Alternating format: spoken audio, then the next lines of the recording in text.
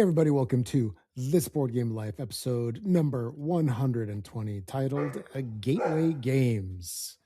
This is the show about gaming, board games, tabletop games, any other thing that we want to talk about, usually gaming related. And for today, we're going to be talking about gateway games, how to get people involved in the hobby, how you would progress through that, and all that good stuff. So that's a little bit of info as to what's coming up your way here in the next hour or two.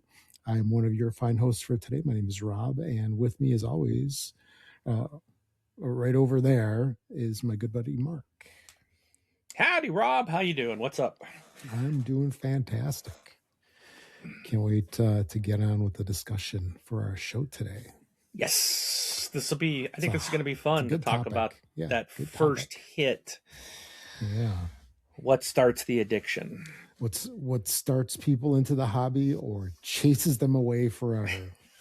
Actually, I would probably say that all the games that were sold in Toys R Us pretty much chased everybody away forever.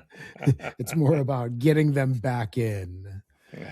Although right before Toys R Us exited the scene of retail, of what is before they liquidated, maybe that's another way to put it.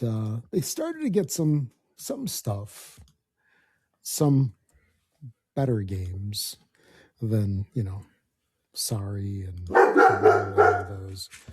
But anyway, so before we get on to the main meat of the show, just want to make a quick mention. Make sure to check out our YouTube channel. There's a ton of great content out there. We've got our podcast, both video and audio form. Technically, they're both audio. We've got unboxings, we've got playthroughs, reviews, tons of great content. Make sure to check it out. And when you do, don't forget to like and subscribe. Everything that you see, that's a great way to support the channel. We'd really appreciate it. Also, tell your friends. Hey, why not? All right. So let's talk about what we've been gaming these past 2 weeks. Let's do it. That we've been doing. Yeah. Here, I'll go first real quick. I've got one. It was going to be two. The second didn't quite make it into the schedule this week. Probably in the next couple of days, and that's Cities. So I picked up Cities a while back, and then more recently I picked up Cities USA, which we've got a unboxing video for. I think that posted yesterday or today. I don't know. One of these days. If you're listening to this, it's already up there. Exactly. On our channel. Yeah. So got Cities to the table, and then Cities USA. If you've ever played Cities, I like the game. It's Phil Walker Harding and also Steve Finn, aka Dr. Finn's games. It disappeared. Yeah. Rob's been swallowed into the black hole. Apparently, I wasn't interesting enough for my camera, so I went to sleep. That's sad, Rob. You're putting the camera to sleep already with just a couple minutes in. Yeah. What about our poor audience? It's got a little gimbal thing, so it just goes.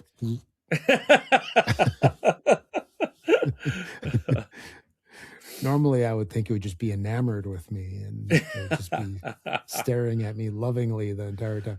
Actually, it's a really strange camera. Now we're kind of like going off on a little tangent here. So this freaking thing turns on in the middle of the day. I just look and I see it's on staring at me. So, it's got the little gimbal thing and it's like looking at me. I'm like, that's a little creepy. Just a little bit.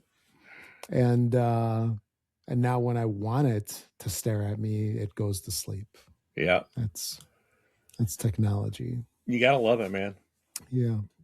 But anyway, so Cities, I forgot. Where was I? Yes, so I was talking about Cities. Yeah, so Cities is an awesome little game. It's by Steve Finn of Dr. Finn's Games and Phil Walker Harding. I really enjoy both of their games. and they joined forces and they came out with Cities. You've played Cities, right? Oh yeah, Because I I know got you that. did. That's a great game. Yeah, I saw you did a thing about a year ago for it. So our video on our channel, and yeah, I just love those kinds of games where like so in Cities you're making your own little neighborhood. You've got water tiles, well, like sidewalk tiles. I don't know what you would call them, where the buildings go, and then you've got parks. So parks, like building areas and water, and then you just have to build your city by putting different colored like skyscraper tiles, and you can make multiple floors of those. And then you have different park elements, different water elements, and it's a fun light game. It's one of those games that basically has just a couple of actions, right? Where you're basically doing like two, three, four things, and that's it. But then you get the complexity by, trying to do collections, or in this particular game, you're trying to make skyscrapers, three or four highs. Some are, you only want them to be one high, or you want to make a park with at least seven. That's one of the things in, I think, the New York board.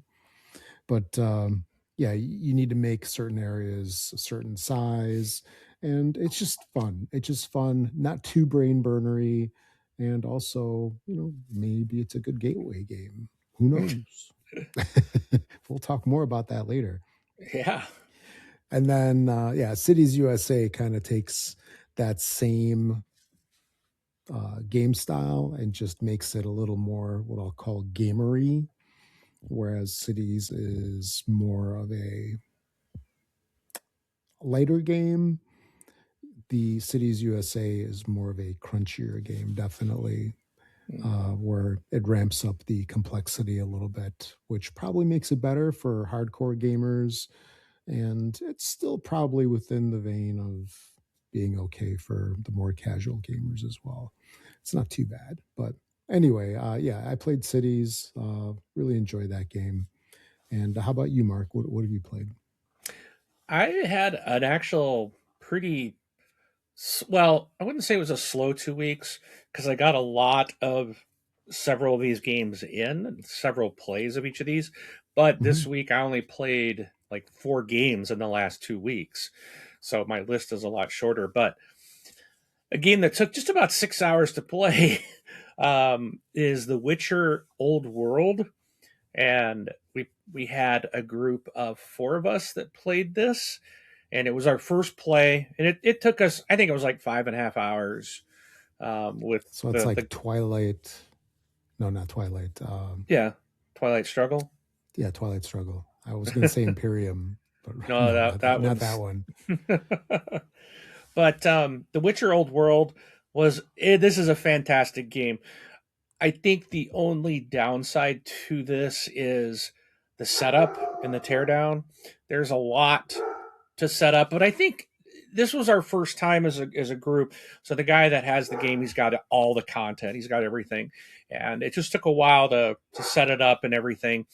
But it was like the first time that he has played the physical copy. He like learned on Tabletop Simulator and but this game is fantastic. You are playing a Witcher. If you're familiar with the video game or the TV show or the Netflix show based on the video game, it's a very highly successful video game. I'd never played it. I mean, I've heard of it. I knew what it was, but so it's not. They got several different board game versions of it, and this is an absolutely fantastic game to play. It has like you're the Witcher, you're running around killing monsters, but there's like 3 monsters on the board at a time, and you can pick up these traces of these monsters to learn like some um get some advantages on these creatures that you're killing to make it a little easier because it's not easy to kill them.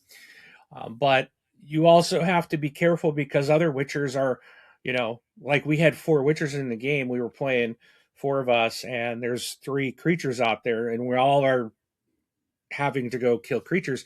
So you got to be careful what other people are tracing. They can actually go and kill the thing that you're working towards. So as you're getting these traces, everybody sees what you're kind of tracking down and trying to make weaker, and they can go in there if they feel confident enough. They can go try to kill the thing themselves, and then you are losing out. It impacts your ability and slows you down. So it's really cool. You can fight other Witchers. In fact, one of the guys tried to. He needed one more, like killing a monster or um, killing me. Well, I don't think you can kill a Witcher to win the game. I don't think you can do that. But he was trying to. I think he wanted to take me out. He attacked me. I think to try to win or to try to get himself in a position to win potentially. And I fought him off. I mean, it was a hard fought battle. He was definitely better prepared, and I somehow managed to hold him off and take him out. And it was really cool. The combat in this game is intense. It is so cool the way it works, and just fighting with the creatures it's just like you don't know what's going to happen, and it's a very probably one of the best combat systems I've ever seen. I really love The Witcher: The Old World, and we are going to be playing it again, but we're going to try the cooperative mode, which will probably make the monsters a lot harder to kill because we can all gang up on them. So I would imagine it's going to just be insane. And we're just trying to get a day scheduled so we can try that. But The Witcher Old World is just a fantastic, fantastic game. On the easier side of, again, kind of another miniatures game is Zombicide Second Edition. I got to play quite a bit of this recently, and scheduled to play again this week, playing some more Zombicide.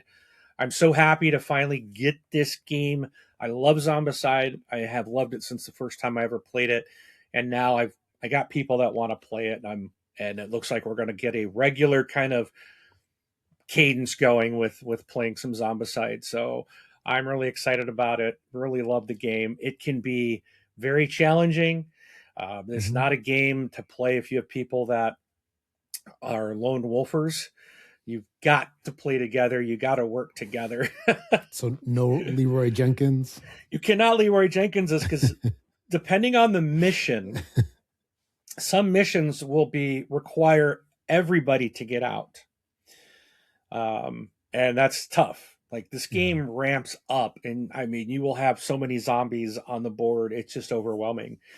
And some missions we had the last one we played, we didn't even have to all survive. We just had to have one person get like all the way maxed up on their adrenaline points and be alive. That's all we had to do to win, and we got wiped out. Like it was just it's crazy. Some games it's all a draw of when the abominations come out, and are you getting your Molotov cocktails in time, and just this how you go. And we had a guy go off on his own, and we're all like no, and that's what was our downfall is he got taken out, and he went into a group Big of he opened surprise. up a building that like spawned probably 20. I'm not even lying. It was probably 20 total zombies. And then he got wiped out. And then they all just came after us. It's like we already had enough going on.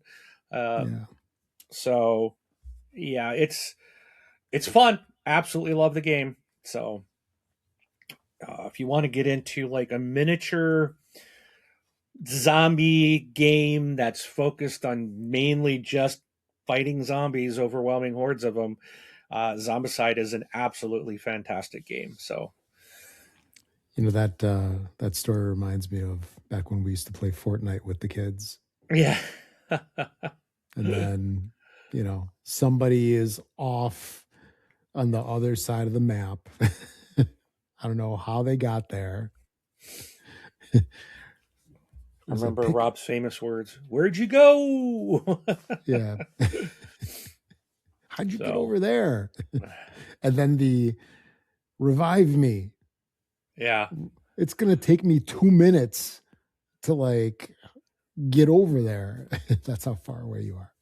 yeah. Anyway, Wasn't it? It it's was always, it always seems like it was Blake or Damien that was always like yeah. off on their own, and then they needed help, and it's like we're on the other end of the map, like you said. Hmm. Yeah. So, but yeah, good times. Next, small game. Talked about this one already quite a bit. Excalibur. This has been an absolute huge hit with my game group. Everybody wants this game. There is going to be, I looked it up. There is, now I saw a video and they said like the retail version was going to be cardboard, but there is a deluxe version. So if you go to Roxley's website, you can pre-order the collector's edition, which is the one that I have, which is the really nice version. It's honestly, I would recommend this, but you can pre-order it on their website. You can also just get like the deluxe version, which has like wooden chips instead of the like acrylic plastic chips. So there's a couple versions available. So, but Excalibur is a really fast game. Plays up to 8 people. You're just drawing chips. You're trying to find Excalibur the sword and be the last one, and you're trying to figure out. You want to be the one holding it once a section of Avalon or Avalon, you meet the end game requirements, and you want to be holding on to Excalibur. And people know you've got it; they're going to try to steal it from you by the abilities of the chips that they have. So super fun, plays quick. And then the last game I did play Istanbul, and yeah, that's another fantastic game. Yep. That's a classic in my opinion. Absolutely. Um, so let's see, when did this one come out? This was Like 6, 7 years ago, something like that. 20. Oh, it's only 2014. So not bad. I guess I thought this was a lot older. So, but yeah, it's a fantastic game. Hmm. Pegasus Spiel. I also like Istanbul, the dice game, but so both are good. But I did play Istanbul this week, and that is it. All right. Was like I said, I got a bunch of games in of like Zombicide and Excalibur, Hmm. but not. I didn't have a list of like 80 games played this week. You got quantity instead of quantity. Quality instead of quantity. No, you got quantity. Well, maybe also quality instead of quantity.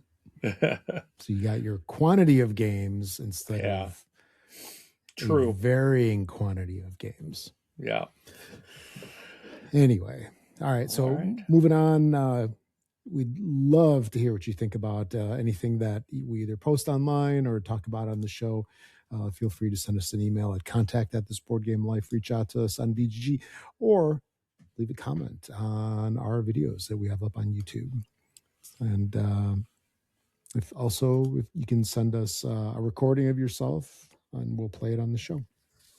Send it to just use your voice recorder on your phone or something like that, and send your MP3 over to contact@thisboardgamelife. All Yeah. right. So let's get on with the news. Here, you want to take these first two, then I'll wrap it up with the like 2, 3 at the end. Wow, my first one. Let me try that again because my link failed. All right. So Hachette Board Games USA is bringing. I don't know how to say this. Is it Gigamic or Gigamic? How do you pronounce it? I've heard both, so Okay. either one goes. I would just do Gigamic. Gigamic. So they're bringing the push Like your luck gigawatt. game Pirate King to the U.S. market on June 10th. In Pirate King, if you're not familiar with it, is players will act simultaneously, flipping over cards from their own personal decks in search of fame and fortune. Each player will start the game with a unique deck based on their choice of captain and can add to their deck during the game. I think that's always a good thing. Collecting swords can enable players to capture creatures that grant special powers, while gathering gold provides the opportunity to draft treasure cards into their deck. Each time a player reveals a card, they must choose either to take the loot or keep drawing cards to get even more, but at the risk of revealing their third skull and going bust. So, this is about a 20-minute game, 109 cards and wooden captain token. Retails for about $16.99 US. So look for that June 19th if you are interested. And then this is what I'm finding is the huge news. This is brand new. It's not even like there's not even like major outlets reporting on this yet. Hmm. Um, and I saw a tease on Facebook earlier today, and honestly didn't think it was legit. But it looks like it is. Well, I know it is because I actually ended up going. I did a Google search on this later on and actually went to the company's website. But Modifius teased a new game, and it seems as though they're going to be bringing us XCOM the miniature game. They introduced just a tease, which it's just a logo, and you go to their website and you can basically just sign up for um, email notices when they actually release details. So I did sign up to get notified. I love XCOM. I played that way back in the day, back in the 90s on the PC. And I do have XCOM UFO Defense board game behind me on my shelf here. And I would absolutely love a miniature game of this. So I am really looking forward to seeing what this turns out to be based on one article that I could find from who is this? Games Radar. They stated that it seems, and I'll quote, it seems as though this is a tabletop war game in the vein of Warhammer 40K. Judging by the logo, it'll also be based on the reboot series that started with XCOM Enemy Unknown in 2012. However, very little else has been shown off. So, I hope it's not something like to the to the size of Warhammer. I mean, I've watched people in my game store play that, and I don't. I'm not going to get into a game that requires me to have tape measures and angles of attack and distances and all that stuff. I would love this if this was something more along the lines of like Worms or Deep Rock Galactic or Nemesis or something like that, a miniature game that you can put on the table and play within 2 hours or something. I'm hoping more of that and not this big huge like Warhammer type of suck your money dry for the rest of your life because that's a huge investment to that. So I'm But hoping it's a it doesn't board all this game. stuff do the same thing? They're just Yeah, not but they're small different. minis. They're They're big different. boxes. Yeah. It's not just one game, it's different, so it's Yeah. okay. There you go. um so yeah, I will absolutely be letting you know on this channel as soon as we get more information on what this XCOM game is going to be. Yeah, I just signed up for the email list. Yeah, I mean they do. So Modifius does publish RPGs, Hmm. and they do have board games, they have war games. I let's see what else. So they did do Mass Effect, the board game. Oh wait, no, I don't have that one. I have a different one. I have a different Mass Effect. Oh, no, I do have that one. Yeah, so they made Priority Hegelas, which was a fantastic game. So I do have that one from them. I'd even be okay with that. That if they kind of follow that model, I think that's a little bit that would make more sense than I think going after something like the war game. Oh well, it is. They do list it under war games. I'm looking at their site now. So other things that they have listed under war games are Cores, Cthulhu Tactics, Battle Space, Brick Wars, Fallout Factions, The Elder Scrolls Call to Arms. Um, there's a bunch of different things in here, but so let me see what Fallout Factions is. I'm just hoping it's not a huge like a Warhammer type of thing, but Yeah. it might very well be. because they don't have it listed under board games. They have it listed under war games, and that's yeah. I have a feeling it's going to be more like Warhammer, oh, which will keep me out of it, unfortunately. So I'm looking to see if they sent an email yeah, about it. Man, this search stinks. Inside this email app that I use. So oh well, we'll So let you know when we yeah. find out more. So All right. Then let's see, where was the list? Here it is. Um, so this was kind of interesting. I don't remember if we talked about it on the show, or you and I might have talked about it after the show last week or 2 weeks ago, whenever it was we did the last show. Time flies when you're having fun, I guess. But there was a Cyberpunk TCG Kickstarter that basically obliterated, totally blew out of the water all of the records. So the Cyberpunk TCG Kickstarter wrapped up a little while ago, and it ended. Let's see, where is it? It raised almost $27 million from over 47,000 backers, which averages out to $565 per backer. wow. That is like bonkers.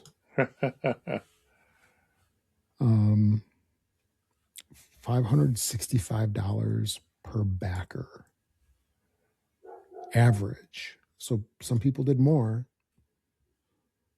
Actually, let me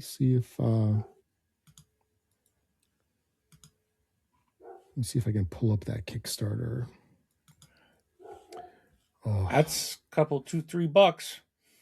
I hate these things that don't let you copy text because it's like a picture. You know what I mean? Oh, yeah.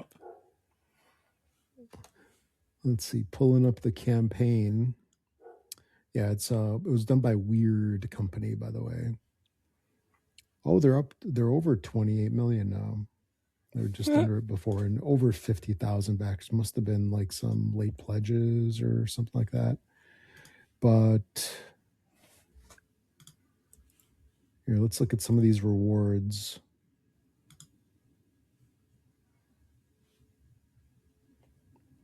It's going very slowly.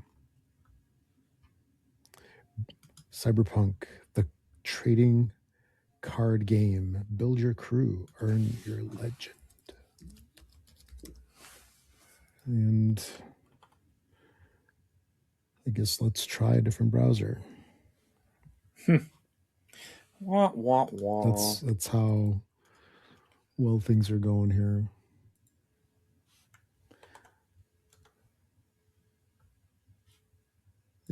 Yeah, it's not. Oh, there it goes in Chrome.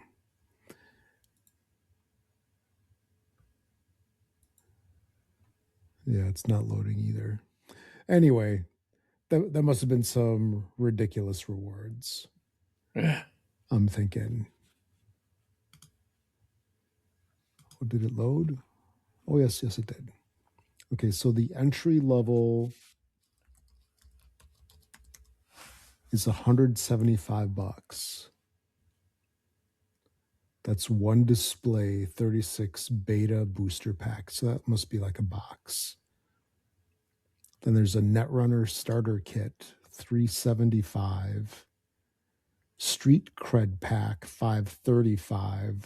That's what 9,400 people did. So, the Netrunner starter kit, 22,000 people. So, like half the people did the 375. And then let's see what the big ones were. There's the Padres Blessing, $1,035. Oh, There were almost 3,000 backers that did $1,000. wow. Then there's an Afterlife package for 2,800. There were 730 backers that did that. Dude, some people got some money. That's 2,800. So that includes 6 starter decks, 18 displays, which is 648 booster packs, Ugh. 2 polyhedral, 6 sets of premium dice, 100 pack of card sleeves, a cloth playmat, a neoprene playmat, a deck box, one deck box, and 1 card binder. That's nutty. Oh, but wait, there's more. There better There's be. an $8,000 Yep.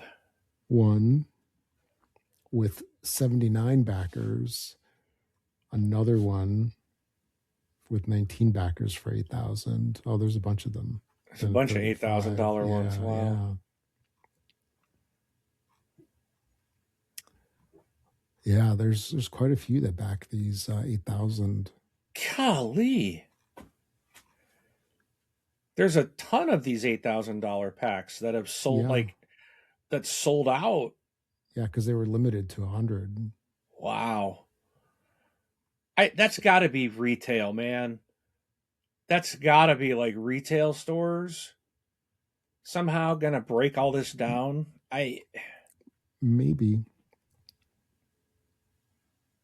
And as far as I know, this is a new TCG, right? It's not something Yeah, that is it's the official existing. Cyberpunk trading card game. Yeah, and then the $8,000 price, that is a discounted price, Yeah. which is just nutty because let's see, what is the full price? 10,519 is like retail. So you're getting 20% off. So I hope the game's good. Yeah, it better be. Yeah. It better be. But yeah, that was like a ridiculous. And when I say ridiculous, I just $28 mean million. like incredible. I don't mean that it's dumb. But that was an incredible campaign. It was the 3rd highest campaign in Kickstarter. There were 2 that were higher. The biggest campaign in Kickstarter history was for a Eufy UV printer,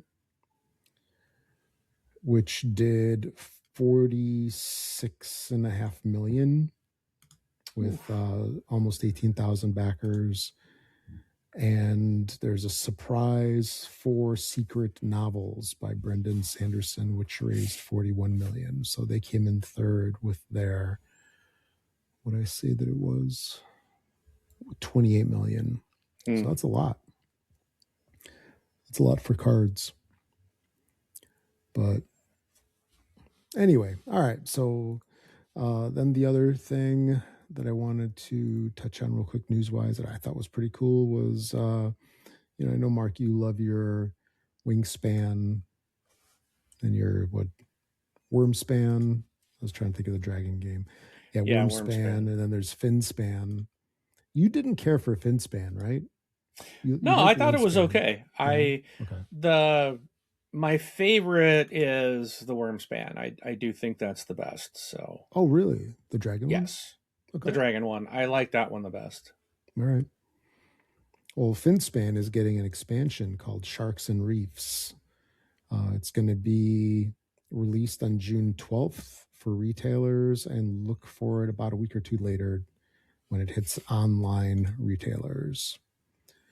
So that's going to be an expansion, 1 to 5 players, ages 10 and up. And it does, of course, as an expansion, always usually does, it requires the base game to play. So no word on pricing for it yet. This pack is going to add on, sharks and the fish that inhabit coral reefs. It adds a coral reef habitat to the ocean mat of the core game, as well as sharks with various sharkly abilities. And the players are going to be tasked to build up the reefs so they can play new reef fish, unlock fish abilities, and score bonuses. And then the sharks are there to help feed fish as they leave food scraps behind. So if they're leaving food scraps behind, would that be like fish scraps? I don't know. Who knows? Then the other thing, real quick, is there's a lot of games that get tournament play. A lot of TCGs, right? Magic the Gathering, Pokemon. Who knows? Maybe in a year or two, there's going to be the Cyberpunk tournaments and so forth. And Asmodee has ramped up a Azul tournament kit. Actually, it's available via Hobby Next to retailers. So I think that's kind of cool. That Azul is a fun game. Definitely an enjoyable game. A nice, we'll call lighter abstract game that's accessible by most anybody, and it's going to be interesting to see people dueling it out in Azul land. So look for Azul tournaments at a friendly local game store near you, and probably at the conventions, right? I'd So imagine. they're probably gonna be doing that stuff, maybe for cash prizes. Who knows? But yeah, apparently there's Splendor events as well. Makes sense. They're, I'd say, on par with each other in terms of accessibility and fun. But yeah, that's all I had for the news. So let's get on to the main event. Let's do it. And with that, I'm actually going to sit up in my chair. Now I'm slumped over, all like. All right, let's get to it. All Let's right, let me do get the down to same. business. Yeah, Let's get ready for this. Gateway So Games. yes, so the topic of the day is gateway games, Hey, and kid, you come here. Come on over. Try it. Just try it. as you pass them the game through the fence, Yeah. through the chain link Nah, it's fence. free. It's okay. Your first one's free. If my first one's free, can I have Castles of Burgundy special edition? Start with that one. Get an expensive one. Yeah. Don't That's start with not how it something. works. Yeah, don't start with something small and cheap. But so when you're trying to get people involved with the hobby, there's a lot of considerations that I think you really got to go through. A couple of the things that come to mind, as we've all been there, right? We're going to meet up with friends, family. Let's say it's like a holiday or something, and you're going to bring a game. Everybody's excited. I roll my eyes as I say that. But everybody's excited to play some games, and you're trying to, bring in something that's going to be accessible. So you're trying to think like, should I bring Twilight Struggle? Should I bring Twilight Imperium? Should I bring Diplomacy or Advanced Squad Leader? Probably not a good idea for any of those. And a lot of times you have to choose wisely as well, because the game that you choose to bring to introduce people to their first game, or if they're coming over by you, it can make or break if that person will play a second time. Some people are more open to Yes. it than others. Other people are like, oh, hell no, never again.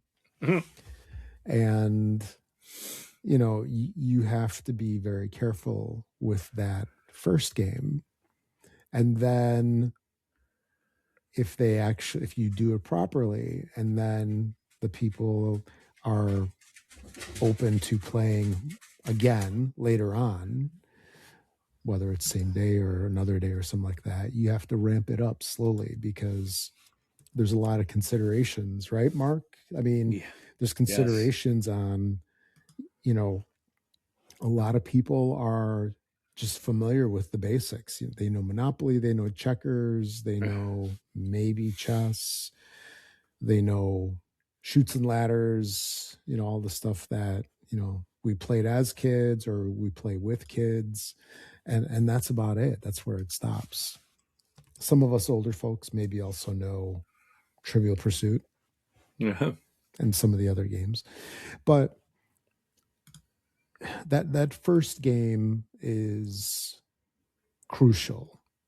So what do you think, Mark? We talk about like the initial introductory, like what is the first game or the first games that we would gravitate towards, and then we'll ramp it up into like, okay, this person is open, they had fun, they enjoyed it, they saw like, hey, this was actually a lot of fun. It's not as painful as playing checkers with my sibling when I was 10. um, and I'm open to trying more. It's like where we would take them next without scaring them away or overloading them. Because back when I used to play with my wife in days of yore, there that was a big consideration that I used to have because if it was too much, she would like shut down. If it Yeah. was too complicated, it would be like, I don't know what I'm doing, and then you lost them. So let's start off with the basics. So what do you think are some considerations for that first initial game as the original gateway game to get people hooked, kind of like we were? Well, that's a good question. I think there's a lot of great games that we could call gateway games, and I know we broke everything out. Kind of tried to pick different types of games Mm-hmm. based on mechanics, and so I'm kind of looking at this list of like where would I initially start, and I think card games is probably the best place to start and maybe get them, like you said, get them hooked or get them to enjoy something right off the bat, and then kind of branch out to the different mechanics from there. So I think the card game category is probably the best, and one of the things that I got or introduced or to. or you know what, I'll jump in real quick and say Okay. card games are great as long as they're simple, Right. because there's a lot of card games that are not simple, Oh yeah. and then board games that are simple as well, like the ones we kind of briefly touched on before, where the games basically have like two options. You know what I mean? Like Mm. those old Euros where it's like you take a piece and you place a piece. That's it. Yeah. That's the stuff that they can handle. Other than that, it might blow their mind. Like, wait, I have to do three things. Oh, I can't handle that. Yeah. So anyway, sorry to interrupt. So card games. Well, I just wasn't sure where you were going the way you kind of stated it. I'll just we'll just why don't we just start at the top of our list here? Um, so that might be the best option. So I'm going to look at a tile laying game because this was Azul was, I think, one of the very first games I got when I got into this hobby. Um, it took a while because I remember I kept hearing about it as I was investigating Mm-hmm. it, getting into it, and I'm like, the box is ugly looking. The story on like, oh, you're laying these tiles in the 1800 whatever it was, I The 1600s. I don't know. I'm like, ugh, Yeah, you're a what, a tile maker doing the palace in the moors or something like that. something, and it just was like, sounded like that. But the game, I ended up getting it, and oh my goodness, it's awesome. And it is a, you know I think it's on the easier side. Not the easiest tile laying game we've got here. There's one that's easier, but I think this is a really good one that gets people. If I'm going to take it, I'm not going to tell anybody the story. I'm just going to sit down and teach them how to play this game. Hmm. And again, it's something that the clickety clacky of the tiles, and you're pulling from the market and having your choice and putting them into your board and slotting them into spots, and those types of things add a tactile experience that you know people who might have just played you know um, basic board games like a Monopoly or a Like roll Sorry or and something move. like that, Yeah. yeah, just maybe haven't had that opportunity to experience. And you are, instead of like, well, the dice, I rolled the dice or I flipped a card, like, I got to move so many spaces. This is, what do you want to grab from the pot? And it's, I like it because when I first was playing it, I was focused just on trying to meet my goals of getting certain tiles so that I could complete what I needed and getting them in these certain orders.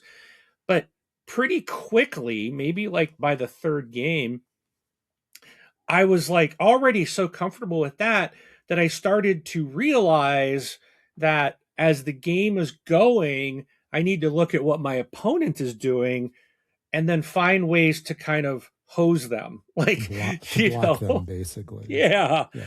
And it was something that kind of surprised me when that recognition came in of like, well, that's kind of part of the game. I should be looking and not necessarily leaving them open to, Win. whatever, Yeah. you know. Yeah. And it was interesting because that was like kind of a first in gaming for me.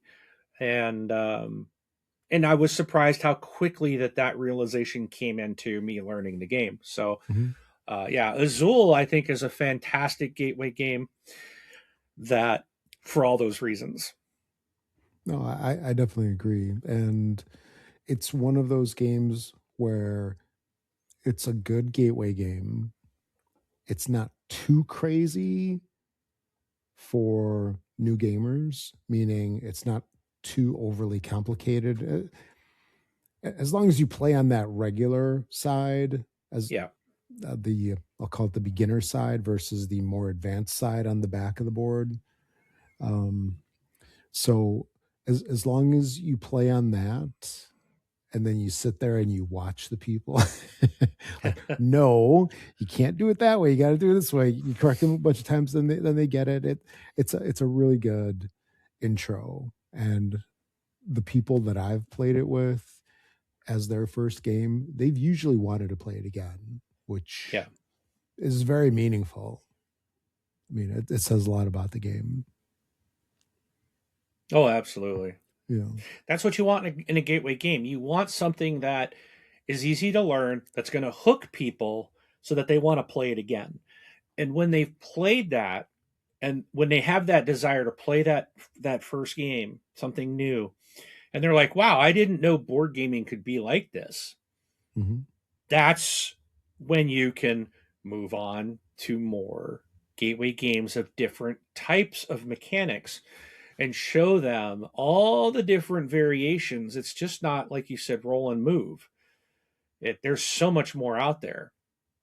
Oh, So absolutely. yeah, And then also with a game like Azul, when they accomplish something, the person that's playing feels like they feel smart in a way. It's like, oh, look at this. I planned this and it actually came together on my board. yeah, And it's like you said, that's so much different than your typical roll and move, where it's like, oh, I rolled a two. Okay. I moved two spaces, then it goes to the next person. That's not as fulfilling, I think. yeah, But yeah, another one on the tile laying front that I think is a really great one as a gateway game is Carcassonne. That is a classic. yes, And I'll just say, like, the OG, the base Carcassonne doesn't have to be any of the, ones that came after with any expansions or something like that. Just tile, farmer, roads, buildings, meeple. That's it. Yeah. And the cool thing about that is very simple. Take a tile, place it somewhere, and then one of the rewarding things of Carcassonne is towards the end of the game, it looks pretty cool on the table Yeah. because you got that big old map, Eh, and when people get their long roads and stuff like that, they feel like they accomplished something. Yeah. We're not going to go into the whole scoring thing. Yeah. that's that's what we do. That's what the teacher does. Exactly. The teacher scores everything. The people just play. Yep. You gotta get them hooked first. Yeah, No. exactly.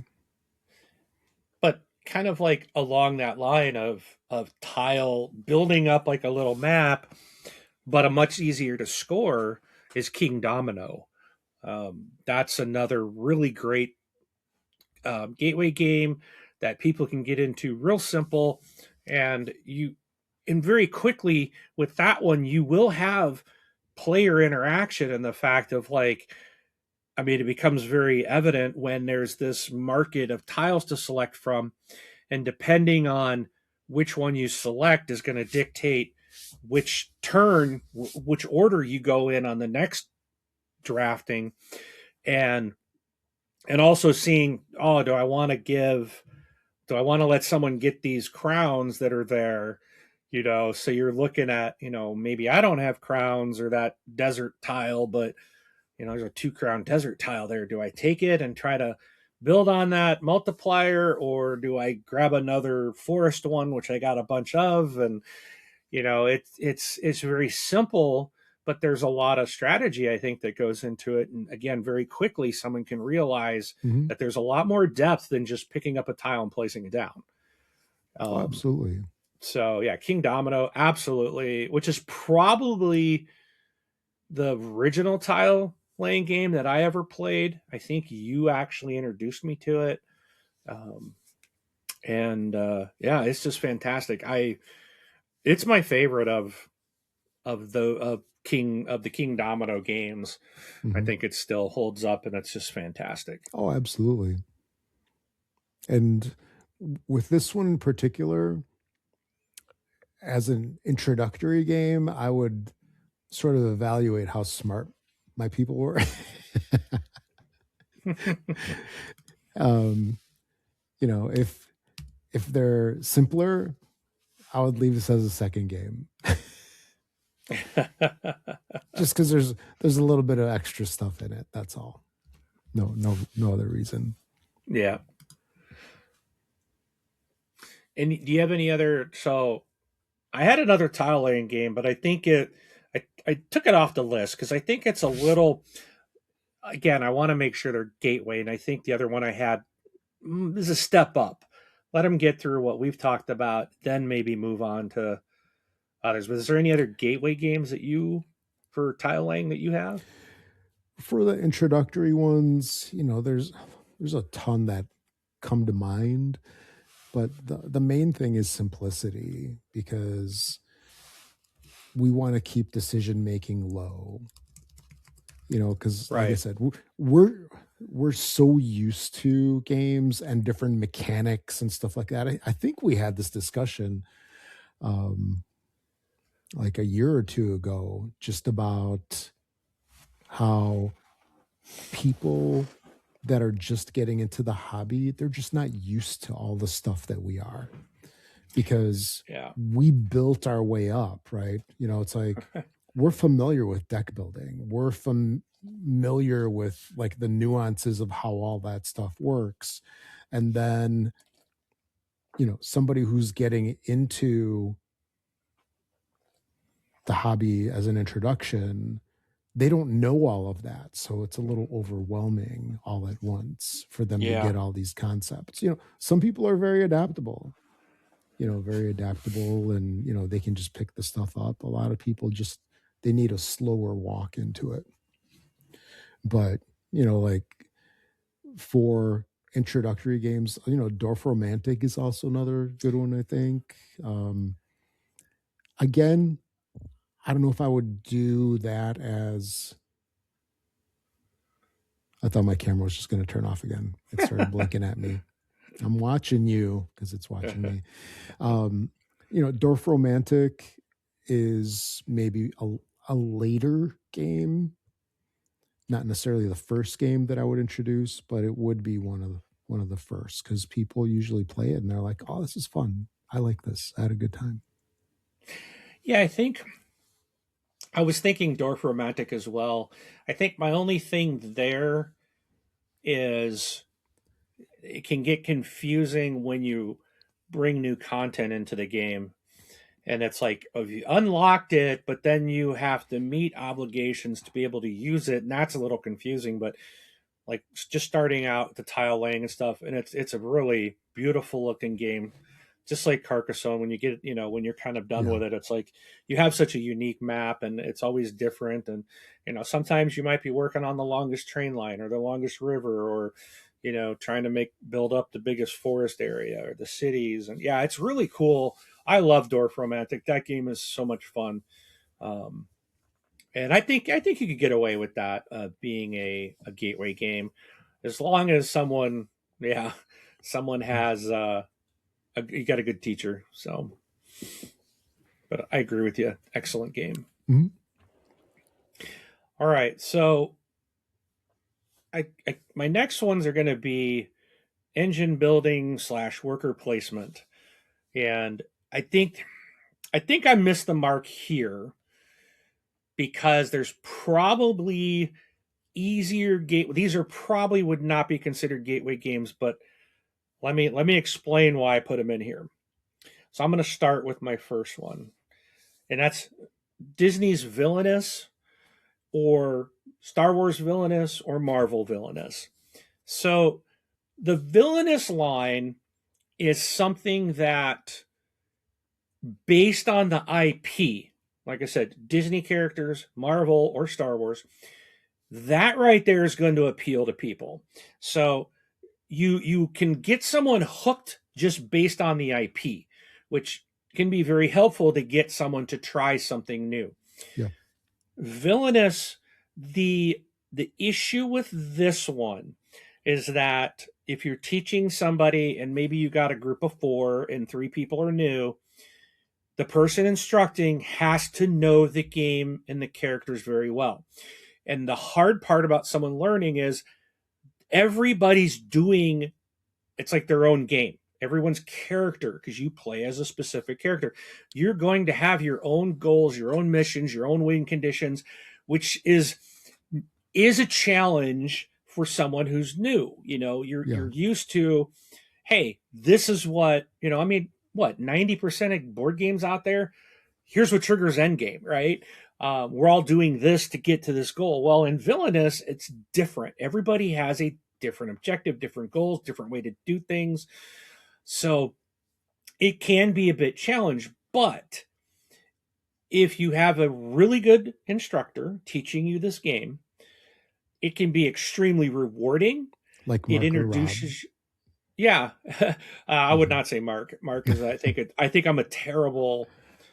I get frustrated because it's like, okay, I know what I'm going to say, and then people are like, how about this? And how about, I'm like, would you let me? I'm getting to that. Like, I'm like, just shut up. Save your questions for the end. Um, but, anyways, yeah, if you get a good instructor, not Mark, get Rob to do it. You get introduced to new things like worker placement, moving your character back and forth, back, like, I'm like, oh, I'm going to go to the same spot. You have this little board and you're just moving left and right. That's it. And there's going to, different things are going to trigger. It introduces you to the concept of, what's this icon mean? So you get, and there's only a few for you to learn. So it's not overwhelming. Like some of these bigger games can just be like, okay, here's 2 pages of tiny, 8 size font, you know, of 800 different icons to learn. This one's like, maybe 6 icons or something that you got to learn. Mhm. And so but again, the IP, the the simpleness, if you're just playing everything kind of in front of you, there is player interaction, so you can, other people can impact you, you can impact other people. There is a little bit of that. It's not a constant thing, and I think that that's a really good way to bring people in as well. And I think Villainous maybe a heavier gateway game because of, mainly because everyone is playing differently. I think that's the biggest challenge, but I think the strength of the IP can overcome that. And then the other one I had is more worker placement, but also can lead to engine building, is Lords of Waterdeep. Again, this is a Dungeons and Dragons IP, and that can really help bring people in and get them going, ooh, what's this?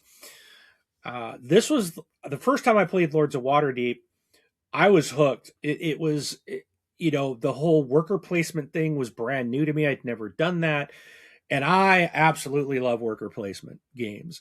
Mhm. Being able to say, on my turn, I'm going to put a character here, and this is what I'm going to do. I'm either going to take this step, or I'm going to get these rewards, or, whatever it may be. And Lords of Waterdeep does that in a very simple way by having, you're going to go somewhere and basically get rewards, get resources, or get a card, or get some quests. And that's it. You're placing a guy down, you're picking your stuff up, it's the next person's turn. The game can go very quickly when once everyone knows what they're doing. Probably the hard part of the game, I think, is understanding the quests. But you don't have to do every quest. You don't even have to worry about the engine building when you're first playing. You're probably not going to win, but to learn the game and the worker placement and the things that it does, you know, that's awesome. You also get the ability to learn, with some player interaction as well. With the intrigue cards, you can affect other people, good and bad. So you can stick someone with, hey, you have to do this quest before you do anything else. Kind of sucks for them unless they've got the resources to complete it right away. Or you can say, hey, I get this, and then I pick another player to get a resource. Or I can say, hey, you guys can pay me 2 gold to also go up by 2 points, or whatever it is. So there's some positive interaction, there's some negative character interaction with the players. And then, once you get the kind of flow of the game and understanding, your quests can give you a little bit of engine building, that when you do another quest of this type, then you gain this. And so I think it's a really good worker placement engine building game that's not overwhelming, with the base game, but it can play. If you have the expansion, you can also have 6 people playing, and you'll need another board. There's another board comes with expansion to give you more places to go to accommodate more players, but it's a really good game. And again, the worker placement thing was just like, I love this. This is so cool. So that's No, why they're in my list. with Lords of Waterdeep, how would that be for, let's say if it's a person's first foray into this, would that board be too much for them? I I know it's don't. very situational depending on the Yeah. person, right? But the board is rather big. It it it is. However, you're really contained. Like the top part has cards on it for a market. Hmm. Then you've got, like, on the sides, you've got buildings. So as someone goes to get a building, which only one person can do, Yep. so like someone goes and gets the building and they place it out. Like no one else can do that round. It just, okay, that is off the table. You're still looking at this, like the middle of the board of where to place your workers. Then the bottom is like more cards and your little meeple. So you're still, it is a big board, but I think you're not using all of it per se. Um, and the places you're putting your workers are kind of spread out. So I think we just played this not long ago with some new people, and they really had a great time with it and picked it up very easy as Hmm. well. So, Okay. but now that was Absolutely. these people were gamers. It's just they hadn't played that game before. But So it I was still just think new to it's them. something Yeah. that, like I said, both of these are a little bit, maybe not Gateway for Villainous and Lords of Waterdeep. They're probably the next step over Gateway, but I really couldn't think of a good Gateway game in this particular category. So how about if we try to categorize or to assign levels to it? So level one is totally brand new to the hobby. They're like, wait, there's games other than Monopoly? I didn't know. Well, that's what I know we were trying to give here. Yeah. So level two would then be somebody who's played some of those level one games, and then they're maybe looking or they're open to seeing what's next, or they're Yeah. interested in it, or they had enough arm twisting by us to actually show up Yeah. for level two, because we want to get them out of level one because we're all Yeah. bored with level one. We want to get him into level 15. We gotta go up those up the ranks there. So like level one is super new. Level two is they've played a little bit of level one.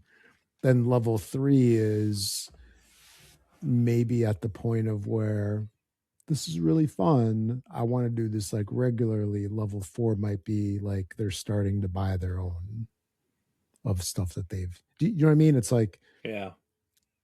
maybe that's like the four levels of gateway or just getting into the hobby. And I think Villainous and Lords of Waterdeep are that last one where people are going to play these and go, I want these. They're going to buy them. So would you say that's like level four of what Yeah. I just said? Yeah. Okay. So again, it's tough. It's not something I wouldn't take a Monopoly player and put him at the. However, with that said, I do have a guy in our group who joined 6 months ago. He showed up and he was like brand new to the group and he was brand new to gaming. He was like, well, I've played Monopoly. Like that was Yeah. his experience. And we were playing, uh, I can't think of the name of it. Um, was it Brink? No, I don't think it was Brink. No, Andromeda's Edge. We were playing Andromeda's Edge that night. That was his first introduction to, like, we jumped him way up. But we had a guy who, because we ended up with one extra player, we had a guy that has a lot of experience, Mhm. and he's like, "Oh, I'll play it with you. I'll show you how to play." So he guided him through. So he had a guy very experienced teaching him and helping him to make decisions. And he is growing his library and all that. And so yes, I wouldn't normally start someone out with Andromeda's Edge, Yeah. but it does depend on the situation, like you said. So like, Um, yeah, if we were trying to introduce our grandma to it, and her experience was with bingo for years, so what we what would be engine building or worker placement game would you recommend for that?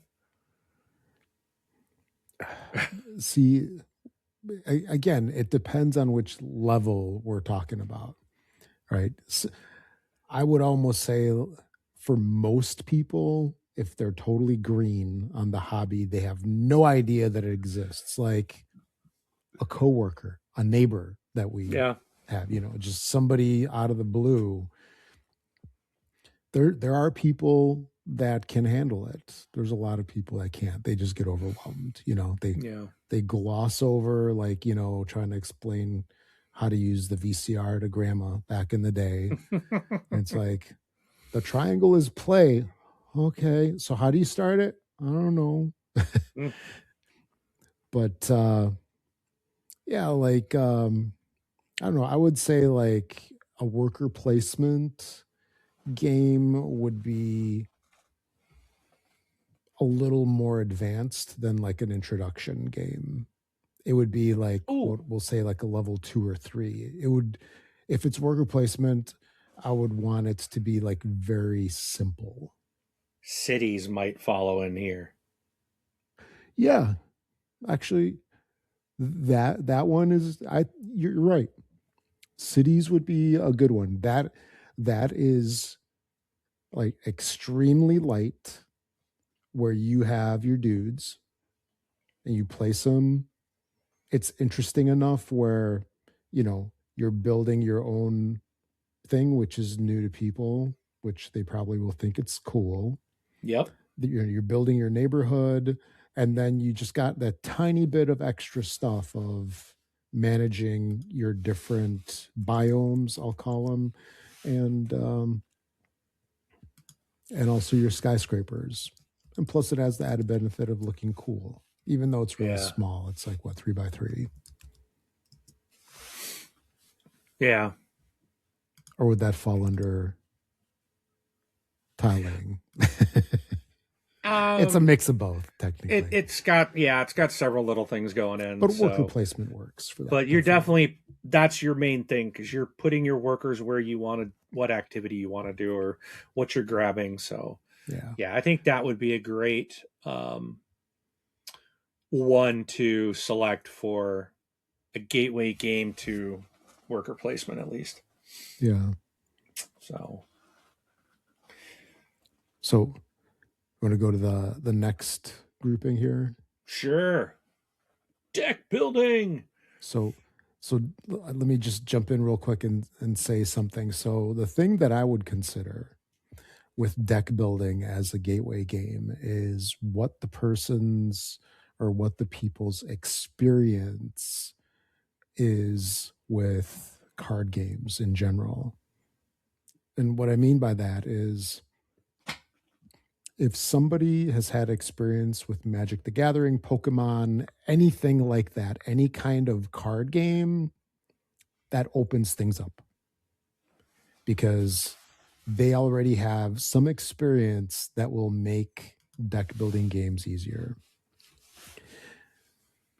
If they don't have any of that, then definitely I would want to keep it like very simple Yeah. for a first go. Um, One of the games that we've got in our list is Dominion. For an introductory game, I think Dominion is cool because it is something that people have never seen before. Most people haven't.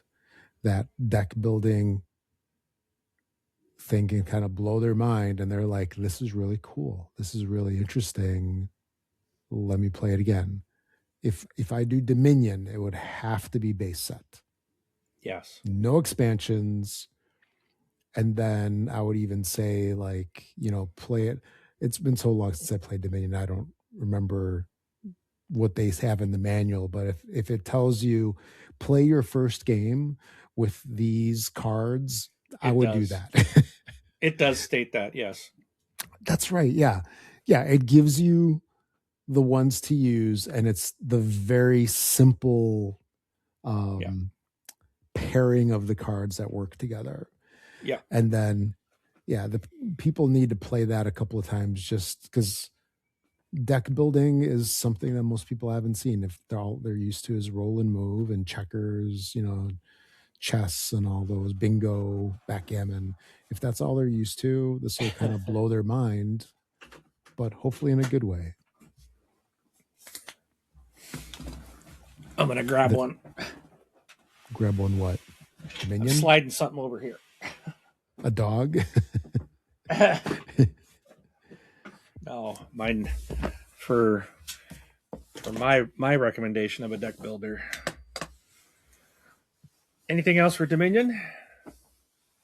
um, no, I would just say do Dominion base. And then once that is received well, then you can kind of ramp it up and do something else like Ascension or uh, what's that space one? That space deck builder from White Wizard, I don't Star know. Realms. Oh, Star Thanks for Realms. nothing, Mark. Star Realms. And Star So Realms is kind of a stretch. I think Dominion's probably easier. yeah. But what were Well, you going to say? another really good one to begin with is Summer Camp. This Okay. was even a Dice Tower Seal of Excellence award. This is a very basic deck building game, 2 to 4 players, ages 10 and up. But it's fun because it's summer camp. So if you've ever been in the Boy Scouts or the Girl Scouts, um, or done any kind of scouting, I know it's Boy Scouts and Girl Scouts here in the United States, but it's like going back to summer camp and you're earning badges and doing different things as you progress and build your deck. So it has a really fun for kids that might be at that age doing those things, and it's also very nostalgic for adults who have gone to summer camp as kids and have done those activities. So, and it actually has like these modules that you can select which ones you want to put in the game, and it's a really fun deck builder, and I would highly recommend that for people starting out. And So I think you bring up something. I mean, you mentioned this with summer camp, and I think it also applied to Villainous. Is if you can tie something in that people are already familiar with, mhm. whether it's Villainous with the characters, summer camp with, we went to camp. If there's that familiarity, there's that anchor that makes the receiving the game and learning the game a little easier for folks, and sometimes even more interesting. Yeah, yeah, absolutely. Where in a game like my other recommendation for deck builders, Clank, Hmm. um, Clank was actually my first deck builder, Okay. and I absolutely love Clank. I think what I like about it, so Dominion is just a straight deck building. The That's it. OG. That's all there is. There is no board. You're not moving. You are just, I mean, and for me, I learned deck building with Clank, where you're playing your whole hand. And Dominion is you play a card, buy a card. Hmm. Unless the card you play gives you more actions, you're done. Yep. You are playing one card out of your five. So when I first went to Dominion, I was like, this makes no sense. I kept playing all my actions, and people kept saying you can't do that. And I was like, why not? Because The rules, I came from the Clank world of deck building. So, Yeah. uh, but I do like Dominion and how you really have to think about what you're doing, and then you have to really pay attention to what's in your hand and when it's going to come up again, because you might, I many times in Dominion I'm pulling something like, man, I want to play both of these but I can't, so which one is going to be the best for me to play at this point, and hopefully the other one will come up later. But with Clank, you're playing all your cards and you're getting to do the movement, and now you have a board and you're going to go down. So now there's like the story of everyone's at the top. You're going to go underground, from the base Clank. You're going to go, and then you're going to go like deeper underground, and you're trying to get the loot. You're trying to get this loot, and when you grab I forgot what it's called, but when you grab like a main piece of loot, then and you can only carry one unless you go to the little market to buy a backpack and let you carry two of them. But when you do grab these things, you're going to anger the dragon, and you are making noise, which is why they call it clank, because we're walking around clanking in our armor and stuff like that. So we're making noise. You're putting these little cubes on the board, and when you upset the dragon or disturb the dragon by stealing their treasure, you take these cubes, you put them in a bag, and then you have to draw out so much depending on how angry the dragon is, and then the dragon will attack you, and you take damage. So you want to go down, get your treasure, and get back out, but you want to get as many points as you can but also get out. And it's just it takes that deck building and kind of adds the board gaming piece with a little story around it, and it now adds like the sense of danger with like the dragons attacking me, and oh, Rob got to the crown before I did, so now I got to go over here to pick up this, this whatever the other item is, some other piece of loot. It's fun, and there's restrictions on the board, like some tunnels are one way, some have monsters in them, and you got to have swords in your hand to fight the monsters. And so it takes like that dominion and then just kind of adds on to it, Mhm. but it's not something that's so difficult that you still couldn't use Clank as a gateway game.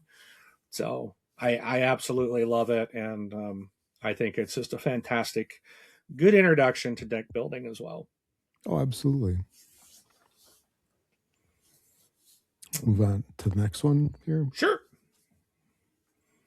So there's a whole slew of games that are hidden role. Yeah. So how about it? Battlestar Galactica is the intro? What do you Yes. think? I was thinking about this the other day. I was sure It's you right were going here. to talk about that today. It's right here. I Spoiler. should have just put it in like front of my face when we Yeah. first started. Just that's it. Just sit here Yeah. and hold it and hug it all night. Mm-hmm. So Get yes, the I did get a copy of Battlestar Galactica. Oh, and And I while saw. Rob keeps talking, I'm gonna go grab it just to show it off.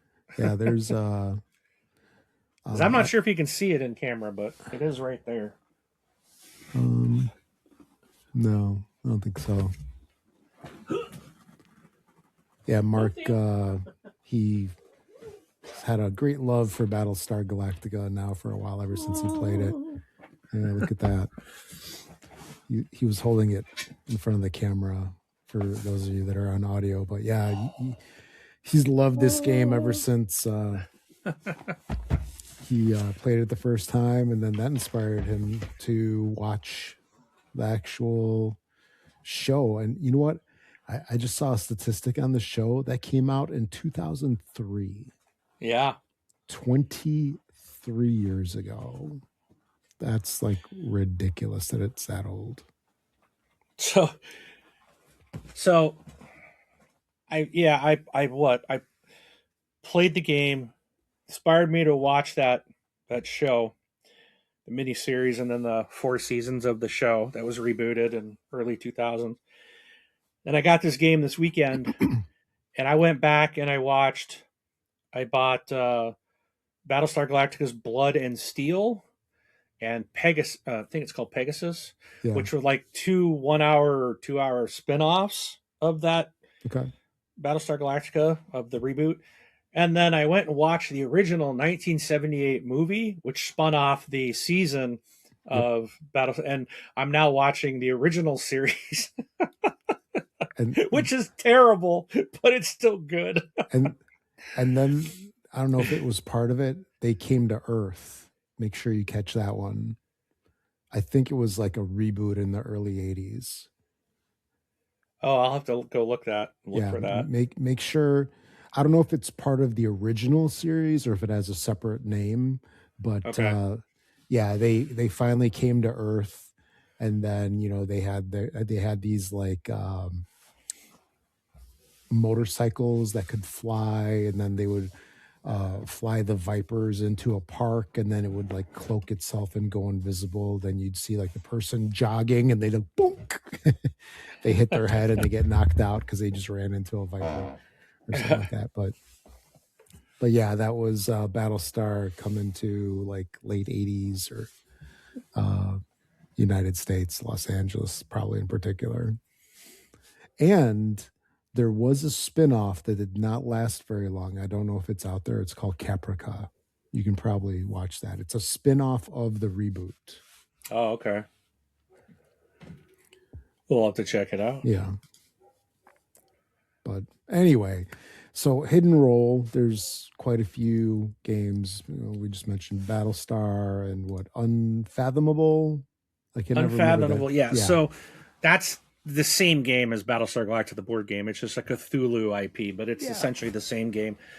uh, Once they and that one lost the is available in Battlestar IP. print. Yeah. In fact, I just saw it at one of my game stores the other day. I was looking at it. I'm like, yeah, not the same. It is the same, but not the same. Could you technically just, you know, cross out like the monster, like the Lovecraft monster, and then just write in like Cylon, just with Sharpie Probably, everything? It's a Battlestar. I don't know. probably. But So yeah, as far as a gateway game, um, there's two that kind of stick out in my mind immediately, and one of them is Coup. That's a great introduction to people for people, but larger groups, it's not necessarily something that is necessarily doable with two people. But there's Coup and there's also Werewolf. I know a lot of people love this. Love these games. Werewolf is more, I'll call it old school. Coup is newer, maybe not as popular as Werewolf. I don't know. I could be wrong on that. But those are great introductions to people. I don't know if it gives them the real board game experience, or at least Werewolf doesn't. Coup does more because it's got the cards, or more yeah, cards. But yeah, those are good intros, and I'll say level one intro as well. Then you had one more. You want to talk about that one? did I? Love letter. Um, oh yeah, love letter. This is like super easy. It's really fun. Everybody, you get a card that no one gives you a roll, and you're basically trying to find the princess. You're trying to win the favor of the princess, and um, it's just real simple. You like draw a card and play a card, and so you have one and you start with, you draw it, and then you're playing a card and trying to basically wipe everybody else's cards out, and I think you're just trying to be the last one with the highest card number, essentially, Mm-hmm. to win the favor of the princess. So, but it's really neat. Some of the cards have an ability that will protect you, and things like that. So really, really simple, very small. In fact, mine's sitting right here, and it's even in a little. It's in a little Yeah. velvet bag, Is that the and original, or is that like uh, Batman or whatever? no, There's like so many versions of it now. it's love letter. It's the you The know Uchi. the so there's the cards, and then there's a little baggie with the little tokens in it that you're just trying to get. But I think it's like 16 cards in the game. I think that's all it is. Oh no, maybe it's 21. So, but yeah, 21 character cards. So you start with one. It's real simple, but it's a lot of fun, and you're trying to guess, figure out who's who and what cards are going to be played. And there's only so many of each type of card. So Mm-hmm. yeah, that was my first hidden roll game, and I really like it. So Oh yeah. Oh, absolutely. We've got card games come in so many different flavors, and a whole ton of them are actually really good as intros. yes, So yeah, we've got a couple of those listed out. We'll call we'll call them out by the different mechanics that they use. So card shedding is one of them that I think is really easy for people to pick up as gateway games. So this is what do you like think of when you think shedding? I think of Scout, and this is my favorite mechanic with cards. Like, I'm not a fan of trick taking, but I love card shedding for some reason. Hmm. Like just trying to dump and find that opportunity time to dump stuff, and how to play them.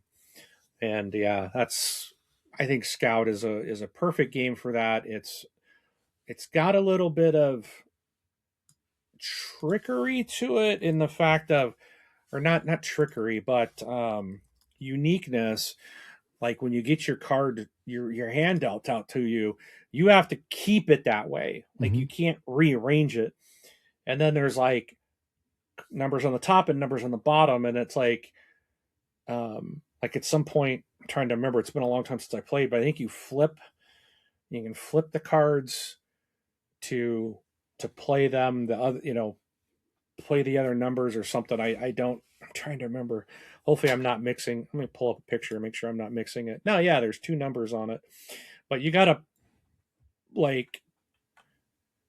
So when you're playing a card, then it will bring others together. So like if you've got, you know, a 7, an 8, a 4, and a 9, you got to get that 4 played before you can have play your 7, 8, your run of a 7, 8, or 9, things like that. And yeah, it's really unique. And I really enjoy this game a lot. It's really a lot of fun. Hmm. And then you mentioned trick taking. So Um, I think a lot of people are used to this because they might have played various card games that are trick takers, right? Because probably, isn't Hearts a trick taker, probably. or Spades or whatever? No, Hearts is trick. I'm pretty sure. I think so.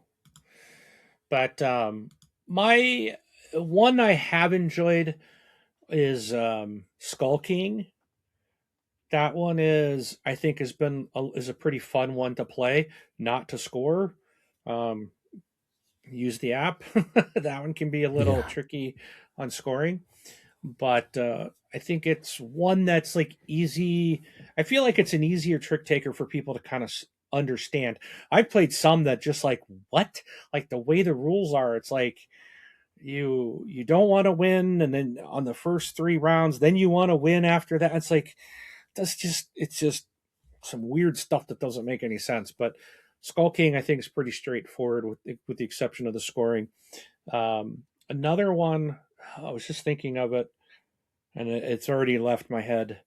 But there's the one you and I just picked up last year. Um, I picked up a it's lot not of games last year. That's not helpful. Panda Spin. Oh yeah, yeah, yeah. It's it's but that's not a. I think we said that was a card shredder too, right? Shedder, yeah. Shedder, and not a trick taker. I think this one is a card shedding as well. That's like the opposite, isn't it? Kind of, or Let me see what they say. It's a set collection, hand management, ladder climbing, melding, and splaying. So they don't list it as either because you're trying to, well, you're still trying to win the trick or the hand, right? To get points. So it's I think it's more of a spin off of trick taking. I think. I don't know. I mhm. don't know. It doesn't make sense to me because it's designed by Carl Chuddik, which That blows your mind. it's just I can't handle it. The cards are gorgeous though. Yeah, yeah, they are. They're like So foiled, beautiful art on them, little yeah. dragons and stuff like that. Whereas, some of the other ones that he does are rather, I'll call plain, Yeah. Like innovation. As Rob is looking on or his shelf. or For Matinai, yeah. another one. Oh, innovation. Yeah, it's somewhere over here.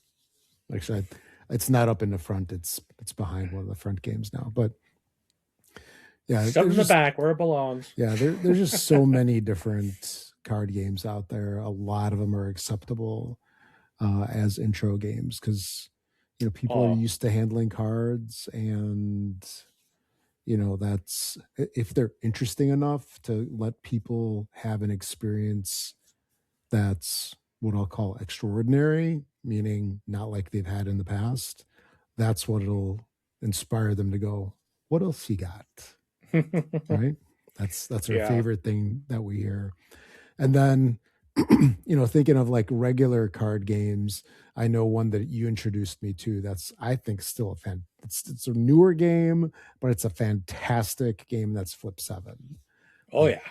yeah, Flip Seven is an awesome game. It's fun, plays quickly, easy to teach, and easy to pick up easily, and level one gateway game Yep. that you can introduce to anybody. Absolutely. Yeah. What other Another one that's ones? Yeah. a level one is Don't Llama. It's again, it's you got to hit your shedding cards. It is a card shedder, but Hmm. you start with a hand of cards numbered 1 to 6, 1 to 5, 1 to 6. I think it's 1 to 6, and then the llama. There's a llama cards, and you play a card. And that's it. You have a card that's available on the table, in the discard, and you have to play that number or one higher, and that's it. And if you can't do that, you have to draw a card into your hand, and you're trying to get rid of all the cards in your hand. So it's super simple. If there's a one there, you can play a one or a two. If there's a two, you can play a two or three, all the way up to a six, six, six, or a llama, and then a llama wraps back around to you play a llama or a one. So that's just it. You're just trying to get rid of the cards, get down to as few points as you can, and it's scored based on, like, if I have a hand of 5 ones in my hand, I could actually pass, and I'm going to score 1 point, because you score the value of the card, but only for one of the cards. So if you have 5 ones in it, that just count. It doesn't count as 5 points; counts as 1 point. So then you're like, I'm out. But if you can get rid of all the cards in your hand, then you can send a point or a chip. So there's two chips in the game. There's white chips and black chips, and I think the white chips are worth 1 point and the black chips are worth 10. So like when you get 10, you swap it out. Now, if I'm sitting here with 11 points and I clear my hand, I can send that 10-point chip back, and now I only have 1 point. And the object is to be the lowest amount of points. As soon as someone hits 40, that triggers the end of the game. So it's super simple. It plays really quick, and it's a lot of fun. Yeah, another one, Six Nymph. It's a classic game. No Yep. Thanks. Another one. I've Yeah. done I've done No Thanks as the gateway game. Actually, we would do No Thanks, and then we would do Azul after Yeah. that. That's actually Yeah. what we My wanted my to do. mother likes No Thanks, and she's good at it. Mm. She's very good at it. So that's another thing too. If you're teaching someone, here's a little tip, okay? A little pro tip from this board game life. If you're teaching someone and you want to get them interested into the board game world, let you don't have to let them win, but It helps. focus on their enjoyment. Like, I don't set out to lose, but my goal is to teach them how to play the game. And if I see them playing something wrong, even if it's going to hurt me, I will be like, hey, I recommend you do this instead. It's about teaching them the game. Don't You're gonna turn them off if you just slaughter them. If you're not really teaching them, just like, yeah, it's an easy win for me. That's not gonna turn someone into a gamer. Nope. They're not gonna like the experience. Teach the game. Teach it right. Even if it means you lose. So what? If they get a little, hey, I won, that's good, because they're like, hey, this isn't, because that institutes into their mind too, this isn't so hard, or I liked that, or hey, I didn't think I was doing good, but I ended up winning. Okay, I guess I did better.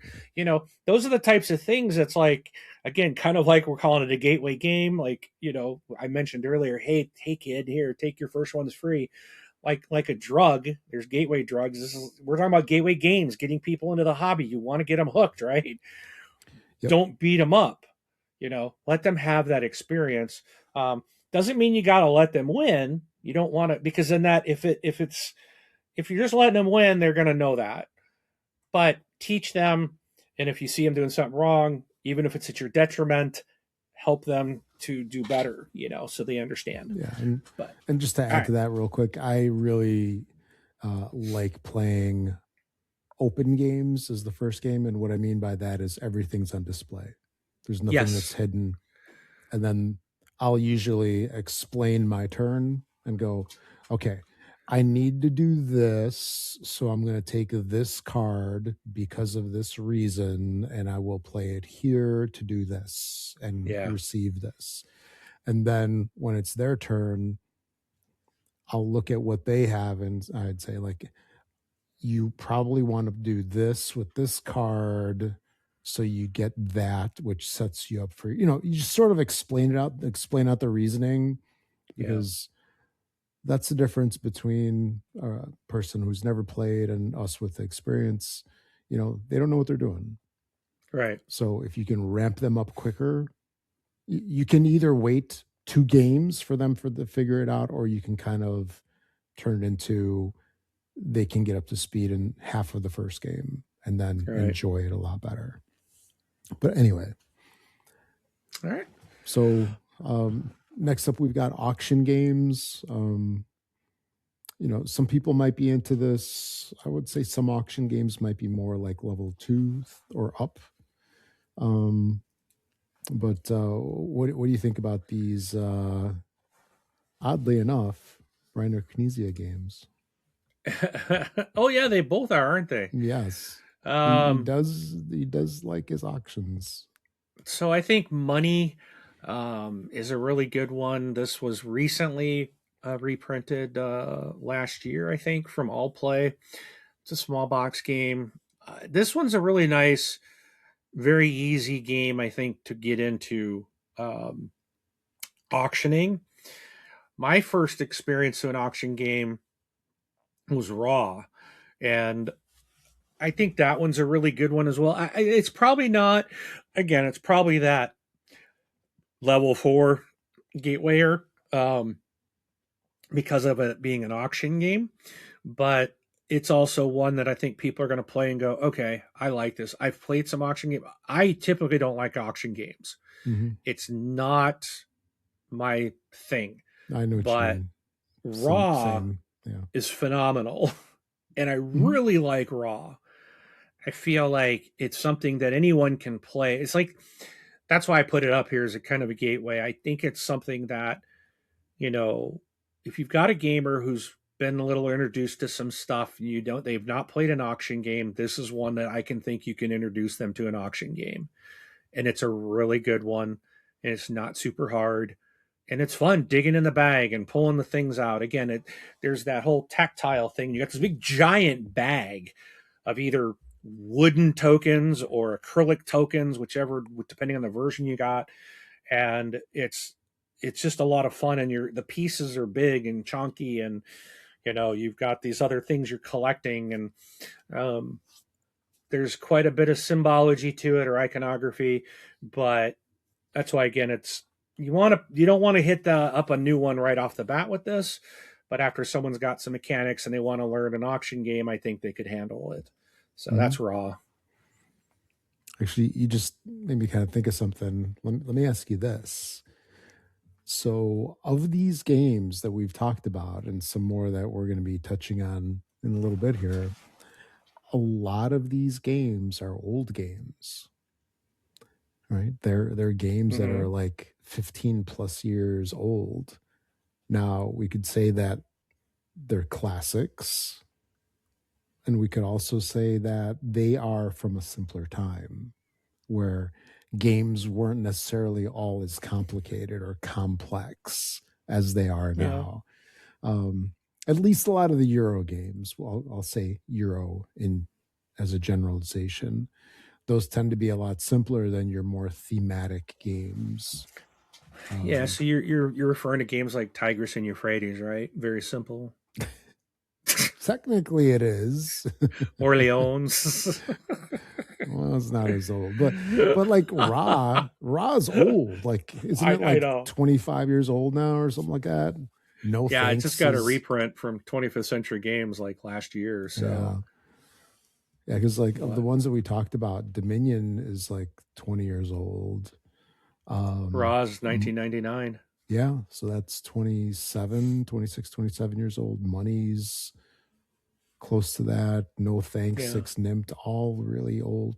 And it's a good point. yeah, older games, especially like older Euro games, older abstracts, tended to be simpler. It was more like you have three things and you have two actions, and that's what you do.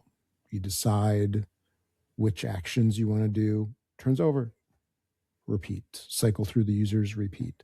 Versus some of the newer games now, which are more advanced, where you have literally 20 different options in front of you on what to do. Yes, Mark's adding to the list. Oh, no, not a good first. We'll We'll get save into it in a that for little the bit. last. Yeah. That'll be the dessert for the list. But yeah, it's just I was just thinking about that. Yeah, older games tend to fall into the category of gateway games a little bit easier than some new games. Granted, there are simple new games as well, like Flip 7. Yeah. Anyway, so All right. So next one. what? Rolling right, flipping Yeah. right, drafting right, drawing right, whatever, writing right. I think anything will fall into this. We'll just call it rolling right. But Mm-hmm. um, I think this my first one you introduced me to was Welcome to Your Perfect Neighborhood.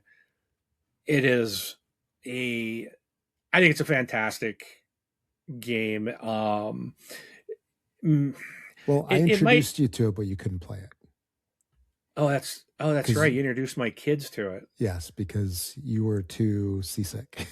Remember? Oh, we don't even want to talk about that, Yeah, dude. I get ill just thinking about that day. yeah, yeah. That Whew. fateful day. Oh, Yeah, anyways. if you've never been seasick, you don't want to be because I've been. Mark's been. It gets you for days. Yeah, Yep. yeah, So, but yeah, I think it was my kids that ended up teaching it to me after yep, you taught yep. them. And Welcome to Your Perfect Neighborhood is a really good game. It's I think it might be. It's not hard, but I think there's a lot of things going on. It's a simple game, but there's a lot of things, and but it's really it makes a lot of sense. Like this game and the way it's designed, this neighborhood and your houses need to be numbered in order, and you got certain places that can have a pool, and you got you're marking your parks off, so everything makes like logical sense. Um, and even the scoring couple things can be a little bit more beyond basic, I think. But again, if you have a good teacher, like I always had in Rob, it's Mm-hmm. it makes it a lot easier to understand and help you to understand the game. But it's a really good one to learn with.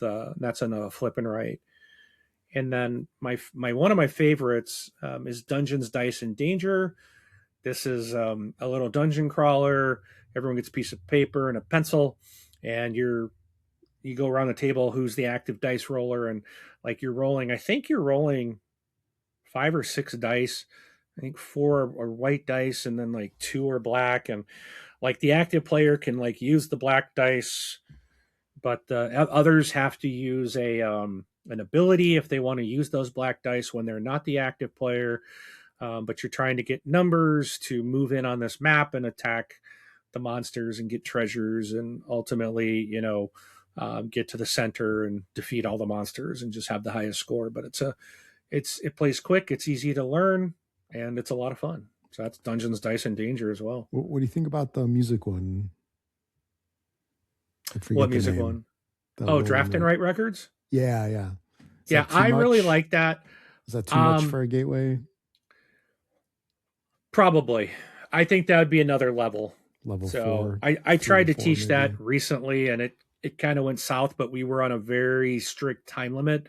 Yeah. The store was closing, type of thing. So I didn't get a lengthy teach. But Draft and Write Records is a fabulous roll and write game, or a flip and write, and it's probably my overall favorite. But I wouldn't put that as a gateway game. Get these other two, and then step up to that. Okay. Yeah. And then Press Your Luck is a pretty easy one. There's various levels of this that I think are pretty good. You want to talk about this one? I put Just one in here called Can't Stop. mhm. It's it's super Awesome. easy, super fun, really good game, and you are rolling your I dice, guess pressing I your guess it's a luck, trying roll and to. move, isn't it? Okay, so Sort of. but No, it is it, press your luck. It but absolutely is. but it Yeah. is a roll and move, and Yeah. so that's why it's an amazing gateway game, because someone who's used to roll and move, that they get that concept already. Yeah. So now they're just learning about pressing your luck a bit. So Yeah. um, and yeah, it's and They it learn takes them about the off that whammy. square board and puts them onto a octagon shaped Yeah. board like a stop sign. Yeah. So And then yeah, there's a whole bunch of those. My favorite press your luck is Port Royale or Port that's Royal, good. but that one is iffy on if it's maybe that would have to be like a later game, not necessarily a first introduction. Let's see. Let me see if this is a pressure. I think it would be. Well, they don't list it as a pressure luck, but well, it's another roll and move, but I guess it's more of a take that. But Jamaica, Okay. I kind of think of it could be kind of a pressure luck because of you have to you're rolling and there's different paths that you can take around the island. Some are shorter, some are longer, and you're charting out like where to land. And I think you could press your luck by, you know, going down the shorter path and trying to jump ahead, you know, or going slower and trying to, maybe avoid hitting like paying the tolls if you go to you got to be careful. Like you got to have food and you got to have coin for the ports, or if you're at sea, you got to be able to feed your people. And so I kind of feel got a bit of pressure. Like I think it's more of obviously my own interpretation and not a legit, but I think Jamaica is a good um, one to kind of maybe fit in this category for gateway games. Okay. So, um, yeah, then there's there's got to be a million of these games, and I just called it chaining. But one of my favorites is Super Mega Lucky Box. You mentioned your grandma with bingo, right?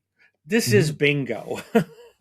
It you're flipping a card and it has a number on it, and you have like three little bingo cards that you start out with in front of you, and if you check off that number on one of them, and it's like a 3 by 3 bingo card, and then on one side and on the bottom is bonuses. So if you complete a row, you get to check off a bonus. If you complete a column, you check off a bonus. And sometimes that's another number, which lets you go into another card, or maybe on that card to check that off. Oh, hey, look, I completed another column or a row. There's another bonus. You're chaining. Sometimes you're trying to chain as many things as you can. Also, like we mentioned, draft and write records would also be in this group as well, because you're trying to do things to chain. So on your turn, instead of just doing checking one thing, as the game progresses, you're checking this, and then it leads to this, and then that leads to this one and this one, and it gets really fun. Much like a Hadrian's Wall, which you don't. That's not a gateway game, but again, things are where you're trying to keep chaining and getting your turns basically get longer and longer as you go because you're getting more things to do. So, but Super Mega Lucky Box, quick game, simple game, a lot of fun, and I highly recommend this. Okay. And then one style that I think is pretty easy for most people to pick up, and there's one game that comes to mind under this particular, I don't know, category is network and route building. There's Mm-hmm. what do you immediately think when you hear route building? Don't think Carcassonne. That's um, different kind of route. Highlight It starts with a trying to build T. supply Yeah. routes from Moscow to Cuba, so I Yeah. immediately think of Twilight Struggle. Yeah, there you go. Now, a Ticket to Ride. This is, for a lot of Otherwise people, this known is a as the go-to. train game. Yeah. Yep.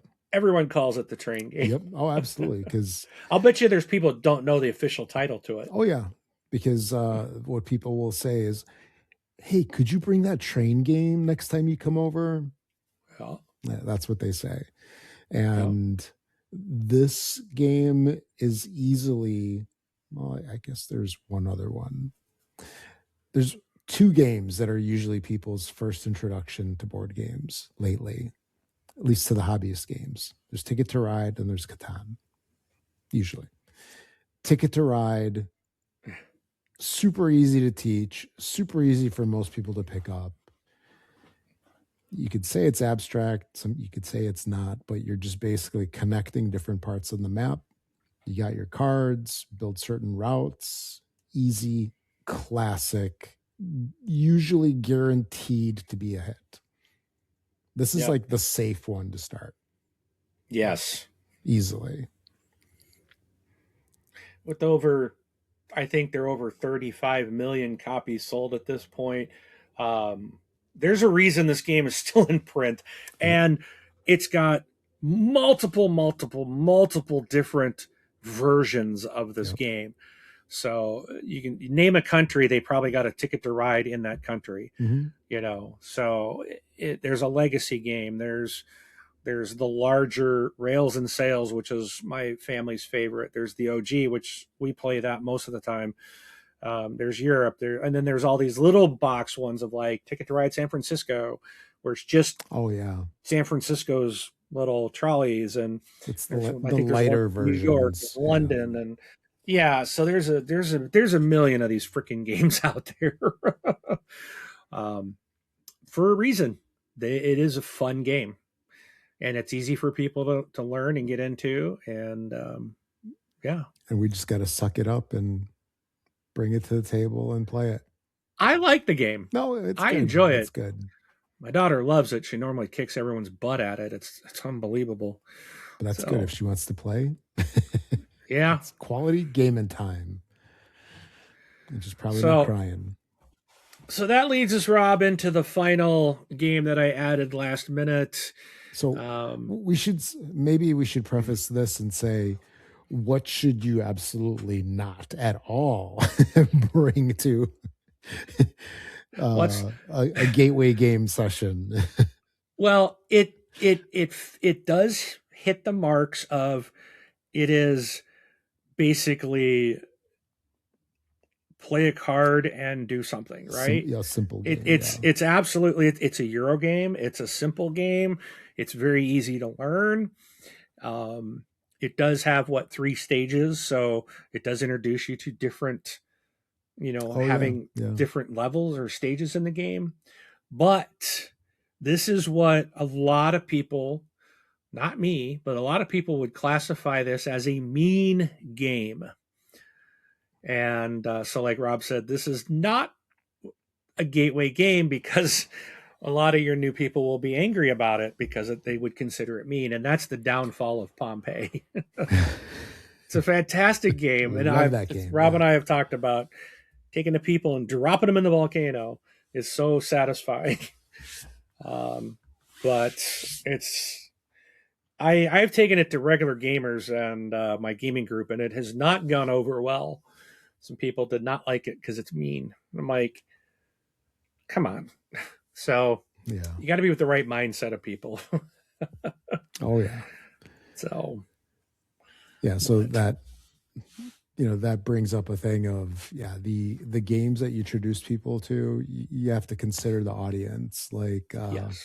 there's our mutual friend Luke.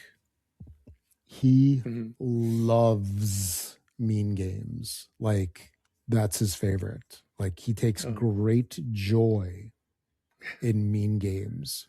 Maybe that says something about his personality. I don't know. For somebody Hey, like Luke. that, yeah, for somebody like that, maybe a mean game might be okay. But for most people, you want to stay away.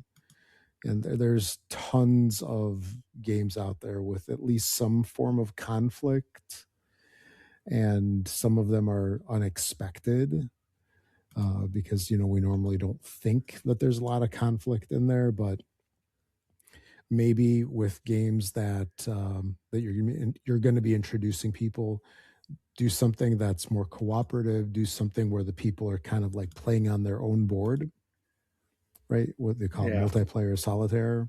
Yeah. Those things might be more accessible to folks. And think about who you're playing with, think about the group, what kind of person they are, and you know, if you bring something like Downfall of Pompeii, you will find out what kind of person they are. And they'll probably never play with you again. Unless it's me and Mark. We would play. Yeah. We would play. Yes, we will. And Luke. We'd play it and then ask to play it again. Yeah. Could I have some more? All right. Yeah, I just pulled Let's. up a list of mean games. There's some interesting games in here. Ones that I never really would have thought would be mean. Like, for example, Coloretto is listed as a mean game. Hey, that's my fish. Have you ever played that one? No. It's like where you got I know. these penguins on ice floes, and I guess it's like you're trapping people. It's where a game where you do something that negatively affects someone else and causes them to lose stuff. I guess that's the premise of a mean game, which is what Downfall of Pompeii is. Yeah, One of there's my. Flux games are mean. What were you See, going I to don't say? consider those mean, but I get it. My favorite mean game is Plunder: A Pirate's Life. Oh yeah, That is awesome. yeah. Saboteur Innovation is considered a mean game. Okay. Survive Escape from Atlantis. Yeah, I could see that. That's a fun little game too. Anyway, so that were you going to say something? No, I'm Oh, saying that that wraps it up, right? yeah. It's yeah, we're 2 hours in. Look at that. We just Let's. crossed the 2 hour mark. How about that? It's been a while, like at least one episode since we did that. I know. But So let's hit our crowdfunding corner and then call it a yeah, night. yeah. So that was our list of games and considerations and different styles that you might want to think about when you bring over to your gateway game night with friends, family, or whoever else that you game with, your neighbors, your game group, etc. And if you have any other recommendations that we haven't talked about, please let us know. We'd love to hear it. So, with that said, let's talk about what we've crowdfunded lately. So, what have you done, Mark? I so I'm going to premise this with this note that this game has changed publishers, Mm-hmm. because I have said before I would not crowdfund any CMON game. And this IP used to be owned by CMON, but is now owned by Fantasy Flight Games, and that is Zombicide Dead Men Tales. So I have backed that one. And the other one, call me a glutton for punishment, Rob, but I did back Yeah. River Valley Jewelcraft. Okay. Why? Because I have River Valley Glassworks. Don't you have to have them all? Nope. So Rob says nope. Well, I can say that to your selection. So I Okay. have proudly said I did not back that, and I have been fighting that. So I'm really hoping that one ends soon before I Mm. weaken. It's And just a what matter is of that that time. you've backed? I backed a 2-for-1. So that's Earth Express and Behind the Lens. So that is what Earth Express is, a Earth. lighter version of Earth. Yeah. And then Behind the Lens is its own little thing there. But yeah, it's when I say 2-for-1, that's one campaign, two games. So it makes it easier. less shipping, Yeah. maybe. I honestly, I mean, I looked at this, but I'm in the midst of purging. I've actually been selling stuff. I Hmm. found out BG Geek Market. I've been very successful in selling some games through there. Yeah. While we were recording, I had someone send me payment for another game that I'll be Oh, shipping out in the nice. morning. So, but yeah, I've got I think a lot of more stuff I'm gonna sit here and get rid of. And I looked at Earth. I love Earth. I absolutely love this game. And I was like, well, why would I buy the this is going to sound familiar. Why would I buy the simple version, when I would want to play the big one? But I said that about Arc Nova and Sanctuary, and I will pull Sanctuary out any day of the week over Arc Nova just because Hmm. it's easier to get to the table. And Earth Express would be the Yes. same thing. So I I'm trying to, yeah, let's see, when does this end? I got 9 days. I'm probably going to cave within the next 9 days because Earth is such an amazing game, and Yeah. having the simpler version of it would be nice. But the problem is, I'm going to want the like all in version of this thing Oh, yeah. because I do not like the little cardboard pieces that you just have randomly sitting there. They're gonna move. It's gonna And so I'd want their what do they have, the play mats that have the cutouts, and that's just going to make it that much more expensive. Yeah. That's I've watched some videos, and you get these. Well, I guess you get three cardboard strips to put your things in, and they're just going to keep moving around. And it's like one of those things where everything's just going to keep sliding. Your cards are going to keep moving, and I'm like, I know they're not going to stay in place, and I don't know how they're staying in place in the video when they're sitting on a wooden table. They must have glued them down. I honestly think they stuck them to the table because they don't move in their little thing, They're and those CGI. things are gonna move. Yeah. Or now they call it So AI. It's not CGI. yeah. So I think what the version I would get would be like cost me like 123 US. Yep. Yeah, that's the one I got. And I think it might even cost more because I think that doesn't include. Oh no, that does include the playmats. So, well, I guess it's not bad. But then It's it's playmats. 7 items included. Come on now. No, Rob, we gotta end the show. What do you want to do? End the show before you see who's quicker, ending the show, or are you backing it? There you go. Well, the good thing is All right. I'm the one that hits the button to end the show. So Yeah. Okay. Fair enough. Anyway, so that's what we backed recently since last show, and we'll see what fine, I'll just happens. freaking buy it. Just do it now. Fine, just doing it now.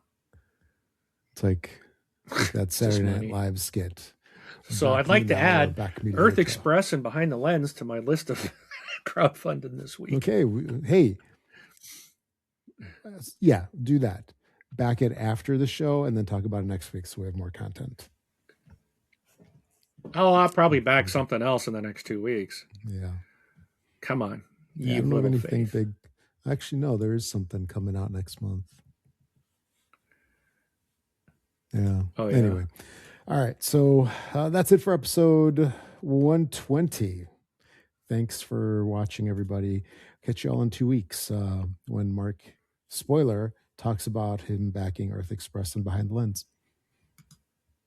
I just pledged it, so it's done. All right. Well, thanks. We'll see you guys at the table. Have a great week.